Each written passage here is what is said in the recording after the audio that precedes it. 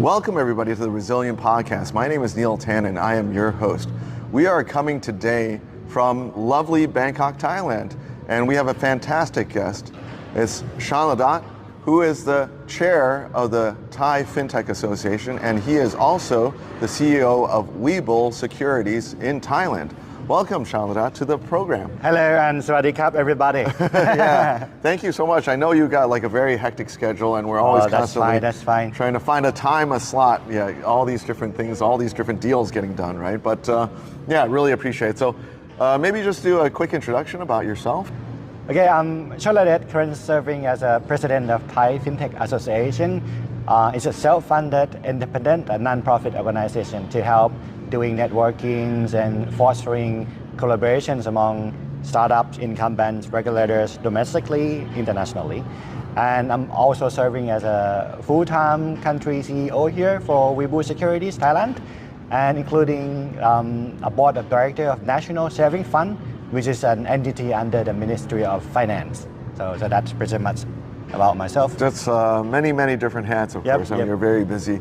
So yeah, I mean, I think it's great to have you on the show, and I think, you know, trying to give the audience a little bit more of the color of what Thailand and FinTech and Web3 market is like. So maybe just kind of kick it off with a little bit more about the financial service side. That's Sure. In Thailand, we are a country hosting 66 million population. I mean, for Thai. For expat, we have many more. I think more than 10 million, 10 million people for expats, and we are one of the top mobile payment penetration, where people usually spend money through the mobile banking app. Right. We have the standardized QR code without any charge. So it's like you and me. If we have lunch and you can pay me, I can pay you. QR code.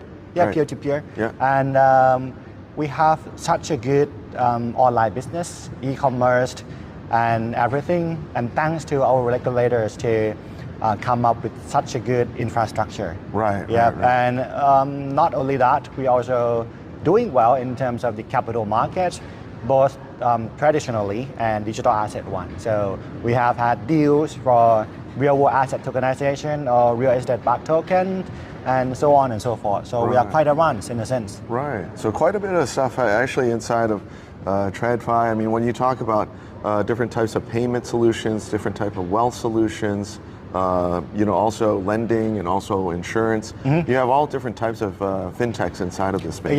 Yes. So actually, for example, under the Thai Fintech Association, we have subcommittees. Yes. Let's say for wealth management, wealth tech, digital payment, digital lending, crowdfunding, insurtech, blockchain, and digital assets. So we have worked closely with regulators, as mentioned. Right. Okay. Let's say for the Bank of Thailand, Securities Exchange Commission, Office of Insurance Companies, Anti-Money Laundering Office, and more. In Thailand, we have had many regulators. Right. Yeah. So each of the subcommittee would work with relevant regulators. So it's not like a super regulator here. It's very you know, kind of decentralized. Yes. If you will. Yes. And each regulator knows very well about digital. Right. One of the most successful projects is about the CBDC. Oh, right. Yeah. Central bank digital currency. Yes. We have had a good initiative here in Thailand for wholesale CBDC or digital baht under the project name of Internon. And then we did the collaboration with Hong Kong, with Lion Rock, and then forming up M-Bridge to expand to China, UAE, and many more. Right? So that's the wholesale CBDC. For retail CBDC, our Bank of Thailand did the pilot to learn. Yeah, so they did the testing within the closed loop environment. And they tested with 2 banks and 1 non-bank, Siam Commercial Bank, Krung Sri Bank, and 2C2P. Right. So actually, you can download the paper of that a pilot to learn. Right. To know more about the CBDC. So you guys are pushing very heavily inside of this tokenization, or at least doing different trials and so forth. So that's from the Bank of Thailand, right? And on the other part, for the Securities and Exchange Commission, we are one of the first countries to have digital asset decree, the law governing digital asset many years ago, alongside the Securities Act. Okay. So right now we have cryptocurrency exchanges, cryptocurrency funds, cryptocurrency brokers, cryptocurrency investment advisors. Right. And on the part of tokenization, we have initial coin offering portal or ICO portal. Oh, you do have an ICO? Yeah, to help raise fund. Got it. From the completely regulated. Yes. Wow, and cool. Most of the banks usually have the arm of this tokenization. All the banks. Connected most to major banks. Interesting. Right. Yep. Very different, I would say. Yes. Right. I mean, usually it's just like you have ICO, you have different exchanges, like let's say crypto exchanges or launch pads and things like that. Yep. But then you guys are actually connecting TradFi with the Web3 or these types of projects. Yes. Right. And a traditional player like Stock Exchange of Thailand is actually in the game. Yes. Issuing the exchange for the real world asset tokenization for the secondary market. Right. Yeah. And we are open for the new competition by having the virtual banking license. Okay. Yeah. Initially, the Bank of Thailand thought about issuing 3 licenses, but after the consideration of the Ministry of Finance, right now is unlimited. Unlimited number of virtual banking licenses. Within this year, if new applicants applying for that virtual banking license, if they passed, so they can own the new fresh license. Right. With a registered capital of 5 billion baht, okay? How much the is first that years, around 150 million. Okay. US. 150 million US dollars. Roughly. Reserve. Reserve. Right. And then increase to double amount within few years. Right. In order to fully operate. Right. So when you look at sort of like the marketplace, if you will, you've got all the basic fundamental digital payments, QR codes, those different things. You're also going into different areas like virtual banking licenses and so forth. And you've got the Web3 or the crypto space, different exchanges, and also the connectivity inside of the TradFi as well, right? So connecting 3.0 to 2.0, that type of thing. Now, when you look at the markets, what's the penetration rates of this type of new asset class, right? So when you talk about in terms of numbers, whether we like it or not, we have only 2.6 million of unique investors in the stock market. I mean, locally, just that 2.6 out of 66. Right. Quite low. 2.6 startup. 2.6 investors. Oh, 2.6 million unique investors. Yep. In the stock market. In the stock market. Okay. Yep. Compared with pretty much the same numbers for crypto. I see. Only counted for supervised crypto. Okay. Not counting Binance Global. Unregulated. Right. Yeah. So the number of people that are trading stocks is quite almost the same as the number that's trading crypto. Yes. Interesting. And we don't know if they're the same people or not. No, not likely. The crypto traders are likely to be younger. Significantly. Right. Yeah. And what's the I mean, I guess the regulators have been doing this for some time. Like, what's the difference with their market approach and the adoption rates that, have encouraged this type of, activity inside of this area? Because obviously a lot of other regulators are a little bit more cautious, right? Yep.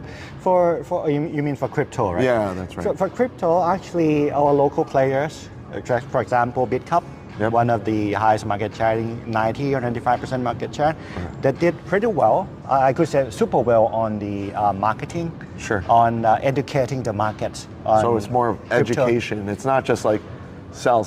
Yeah, and you can see like the out-of-home media, digital media, and education or academy from BitCup. That's why they are so successful at the moment. Right. The successful of the first player like BitCup attracts more and more friends coming into this area. Like Binance is coming to town. Other banks took over the licenses from other digital asset exchanges.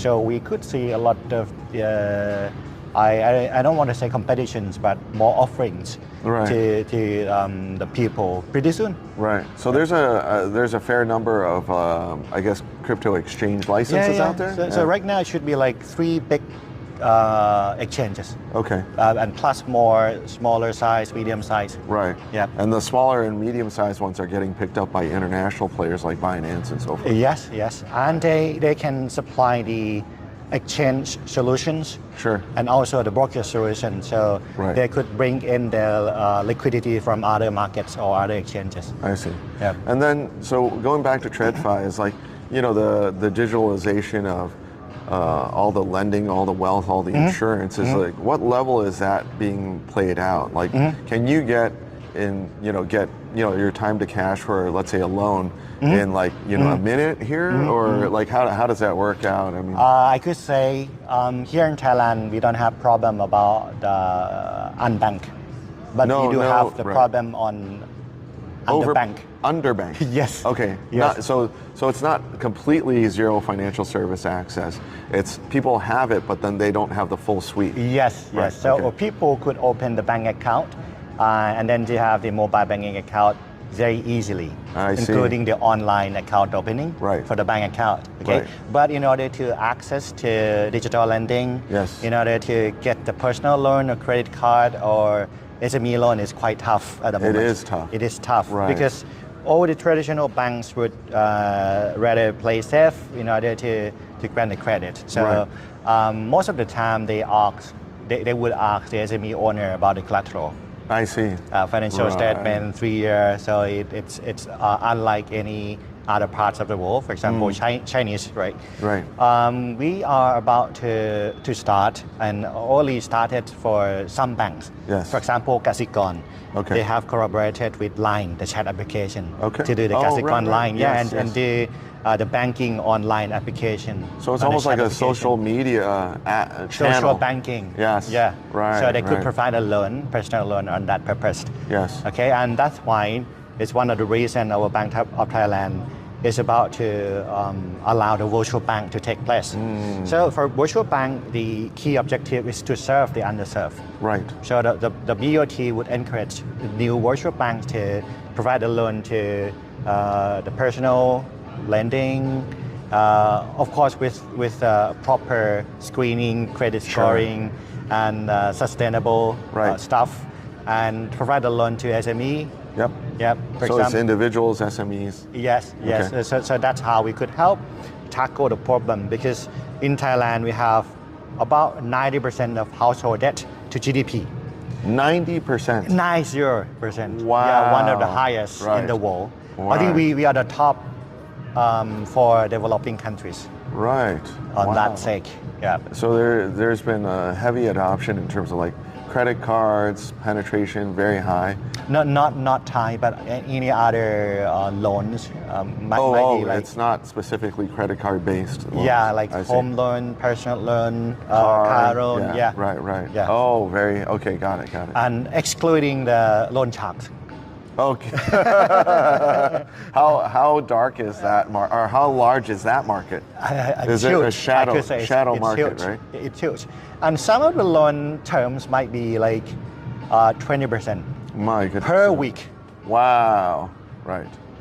So there's, you can say there's opportunity in the Yes, market. yes, I mean, yes. in that sense, like, right? Yes. I guess in that context, when you go after a loan, like, because I guess in some other markets, what they're doing is they're making those types of credit decisions on your personal profile, whether it's your tax and statements and all those different types of submissions and things like that.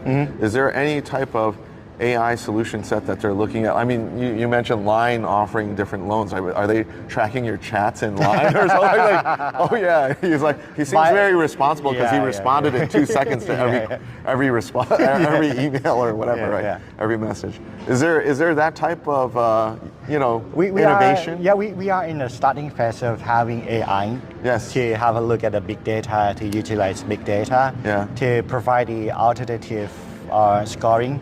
Right. I mean, scoring on Yes. alternative data. Yes. Alongside with the collateral, with the payroll and all that. Right. So, for example, some of the banks might use the call logs call log. Yeah, activities. Right. Like of if the I call. called you, would I get more money or less?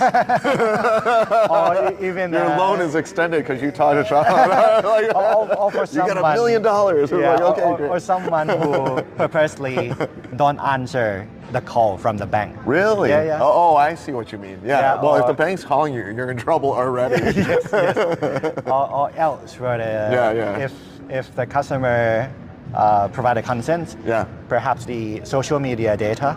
Oh, can. Yeah. And then right. maybe it increases their credit line or Yes, whatever the facility. yes, yeah. or how lowers many the interest rate. Or... how many devices you are using. Really? Yeah, okay. something like So this. all of this, they will ask you for permission Yes, to yes, of provide, course, and of then course. that just gives them a better profile that they can lend you in more preferential terms, right? Yeah, we are about to provide the policies all together with regulators and private sectors. Right. The policy on open data, Yes. on open banking data. Yes. So by consent of our consumers, we Yes. can utilize that data for the benefits of the consumer. Yes. Yeah. Oh, so you guys are, what's happening inside of that open banking space? I mean, is there a whole sandbox or is... Right, it's one of the policy from the Bank of Thailand. So the Bank of Thailand wants to reshape the financial landscape of Thailand. Yes. And Digital Track is one of the good initiative Yep. consisting of 3 opens. The first one is to open competition, so obviously virtual bank. Right, The second one is open infrastructure, like prompt pay, QR code, CBDC. Sure. The third one is to open data. So Right. for this one, the Bank of Thailand will encourage the banks and non-banks and the supervision and then other parties to open data. Sure. Yeah. What we would see is that, okay, for example, we can tackle the household debt to GDP problem by consolidating the loans. Yep. Okay, and then optimize it. Yes. Let's say we can use the home equity Yep. to provide a low interest rate to pay back the high interest rate of the Right. personal loan or credit Sure. card loan. Yep. Or to consolidate all the investment informations, Yep. come up with the asset allocation, optimization. see. Yeah, so Very that's cool. a benefit. Right. And I mean, going into that sort of wealth management space is it democratizing access to a lot of different types of products for people to invest in nowadays? Or So nowadays for a local stock market, penetration is not bad. Sure. But honestly, and is the fact the performance of our stock exchange or Right. stock index is not that good. is not Compared with the Okay. US. Okay, Sure. we do not have the growth stocks or tech stocks like in the US. Right. So the trend for local people is to seek for US stocks Right. investment or global ETF. Yep. Okay, so people will have a look into the broader space of asset allocation. So that's why in Thailand we have had the robo-advisors. Oh, you do? Yeah, in the application. Sure. Both from startups and incumbents. Right. Okay, and some of them are talking about including the crypto Okay. into the right. portfolio Yeah. through the mutual fund. That's right. Yeah. Oh, through a mutual fund vehicle. Yes. So it's not like you're actually going on and trading it like off the exchange. So right here we cannot provide the crypto Right. alongside the stocks within the same app. But for a mutual fund with the crypto inside, that's Yes. fine. Right. So, Because it's still 2.0. It's still a mutual fund. Yes. Right. Yes. Right. Because Understood. somehow the government and the regulators are more comfortable with that setup at the moment. Right. But in the future, as mentioned earlier, that we are doing many things about digitization, tokenization. Yes. So pretty soon, I think that will be the pure digitization of the investment platform. Right. So there's a big push inside of that to make it accessible for people to invest in pretty much any asset class. Yep. And no minimum, or I would say Very little to start with. Right. Yep. With very little types of hurdles for them to go over. And then on the insurance front, I mean, is it kind of like going more into general insurance? Is it life insurance, or what's sort of like bread and butter I here? could see for the technological development in insurance is quite lacking behind compared with the payment and the wealth management. Sure. Because most of the insurance are done through the human assisted deal. I see. like the RM. Still has a person inside of the thing. Yes, Right, yes, right. a personal touch. Yes. So all the high market share players here in Thailand would Right. still rely on a personal touch. Yes, Yeah, I understand. Yeah, Okay. about to be digitized. About to, Yeah, but I still, could say there are some frictions. Yeah. You know, because the robot couldn't show the empathy. Yeah. Okay. Robot like, I couldn't- don't care if you have this health problem. Yes, You- yes, yes. The premium is this much. Yes. Okay. So insurtech, probably the most advanced is payments, obviously, then wealth, then lending is coming in there, and then of course more trailing is more insurance propositions. Yes, that we've yes. had. So cool. So maybe switching a little bit of gears in terms of the discussion points. Like if we talk about your own personal experience, because you've done a bunch of different things, right? I mean, becoming the CEO of Webull, I mean, that's like, major, big time, right? Okay, So okay. maybe tell us a little bit about your own personal background and, how you got to where you got to today. My background is actually in investment in quant. Oh, you're a quant? And in derivatives. Very So cool. that's Right, the right. early day. Right. As You were a trader. Like modeling, the financial Okay. engineer. Oh, right, Coding. right. Oh, you were a coder. Yes. Right. So Yes. you were coding algos. Yes. Oh my yes. goodness. Wow. And then I switched my career to be more business development. So you went from like back office to front office. Yeah, and Right. doing many things to be the first one. For example, I was the first one in Thailand to offer algo trading for retails. like more than you a decade ago. under your own name, or you were working for somebody? For somebody, of Okay, I course. thought you created your own. When I was much younger. And then I did several business developments on the retail brokerage and Right. growth management space. Right.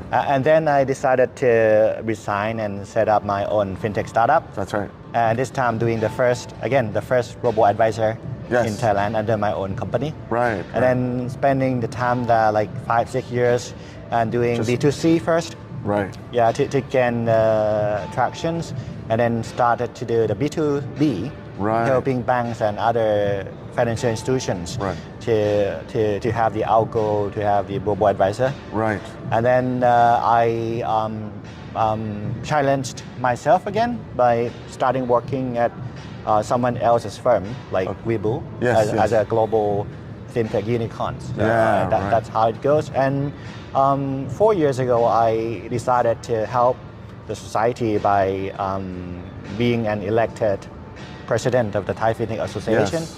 And like last year, to be the board member of National Saving Fund, Yep. where people outside of the Provident Fund could save. Yes. And then the government would contribute accordingly. I see. Yeah, and few more positions to help the country. Yes. Yes. So yeah, you're very much into service, right? You Yes, want to yes. serve the public and the population. Yeah, and to society grow as a the whole. ecosystem. Yes, Yeah. yes. And so when you kind of like look at your sort of like entrepreneurial journey, because Mm-hmm. you built successful businesses, it's like, what are sort of the key learnings out of that experience? Like, Lean. Yeah. Keep it lean. Lean. Right, right. What does that mean? Like you're eating instant noodle all the time? I mean, okay, if you work for a large corporate, Yeah. of course, Right. one people is dedicated to one task, or even more people, so Yes. people are dedicated to one task. Yes. But being lean is not that one people dedicated to one task. It's like one people could work multiple tasking. That's right.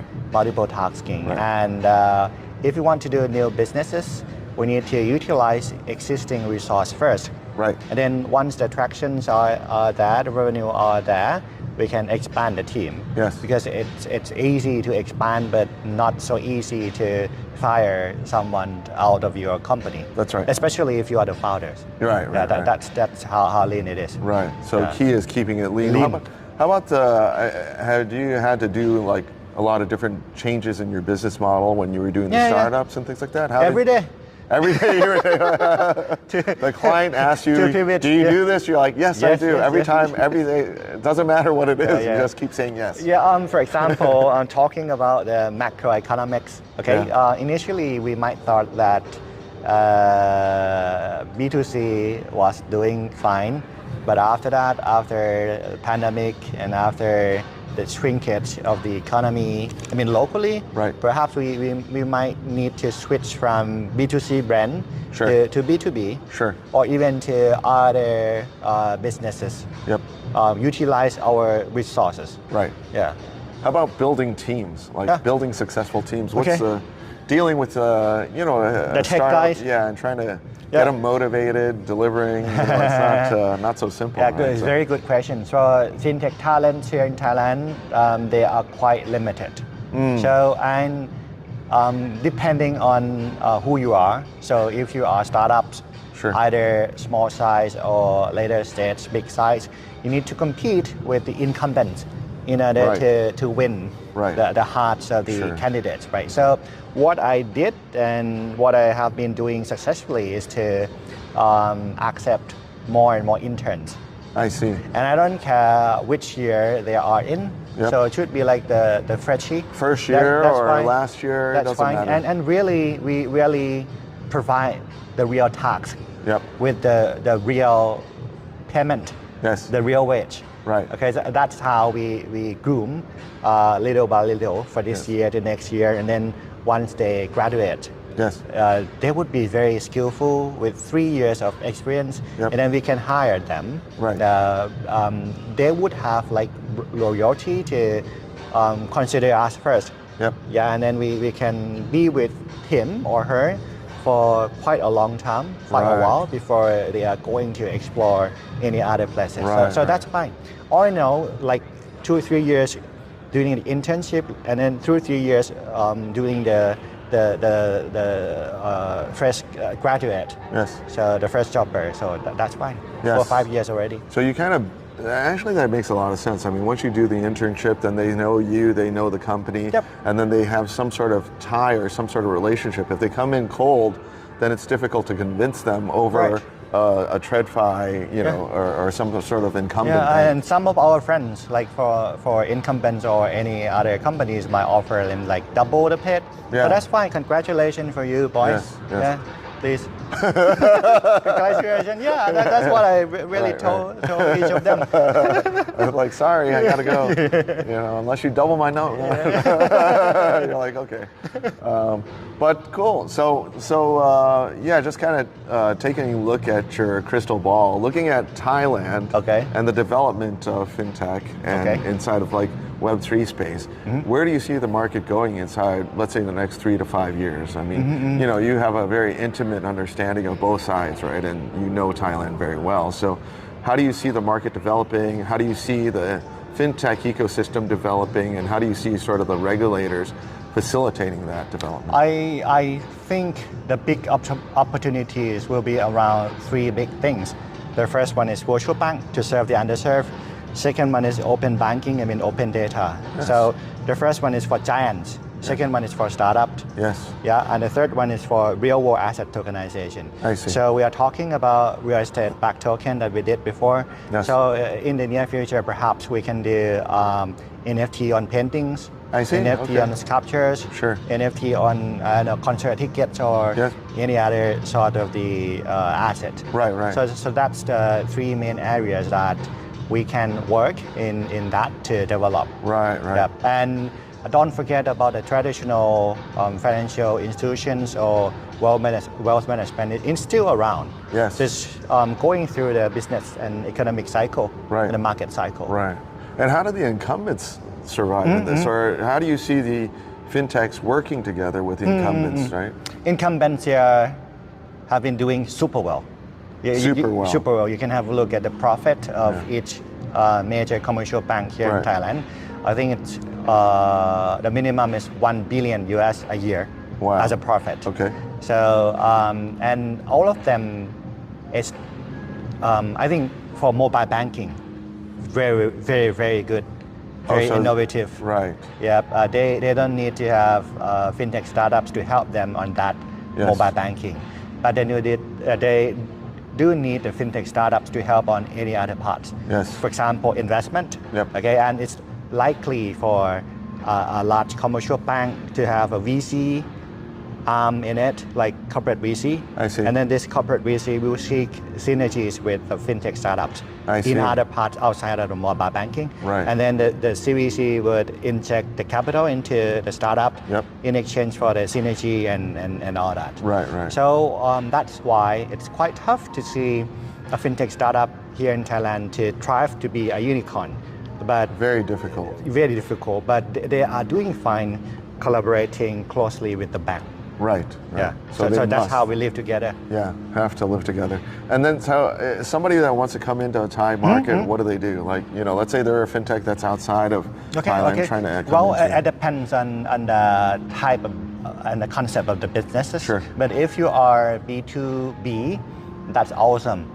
Is it? Okay. Yeah, because you can provide for example, KYC service, the fraud detection, the cloud, and everything for virtual bank, open data initiative, and digitization of the real asset, right? Right. And if you are B2C, make sure that you have spot the right partner because you need the license. Yes. And here, as mentioned earlier, we have multiple regulators. Yep. So you need to talk to the regulators. Yes.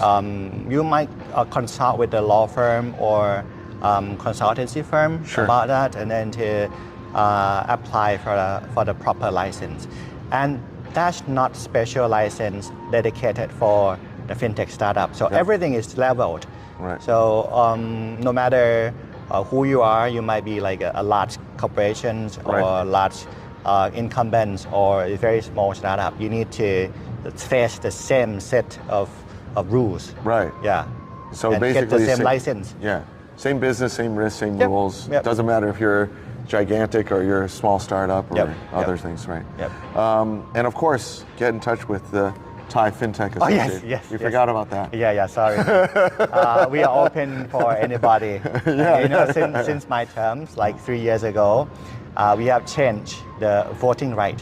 Yeah. So, you did? Okay. Yeah, in the past, our foreign friends couldn't vote. Could not vote. But at the moment, everything is the same. Again, level the playing field. Right. you have the right to vote. Yeah, right. Okay, somebody asked me what if all the foreign friends would vote for foreign friends to be the president. Yeah. I said, fine. Is that right? Yeah, I said, fine. If I could reach that stage, yes, my job is done. Yeah. It means we have been internationalized already. That's right. Yeah. Completely international and or cosmopolitan in that sense. Yes. Hey, Chonladet, it's been awesome. Thanks a lot for having us, having the time to come out here and having a chat with us and learning more about Thailand, Thai Fintech, Thai Web3.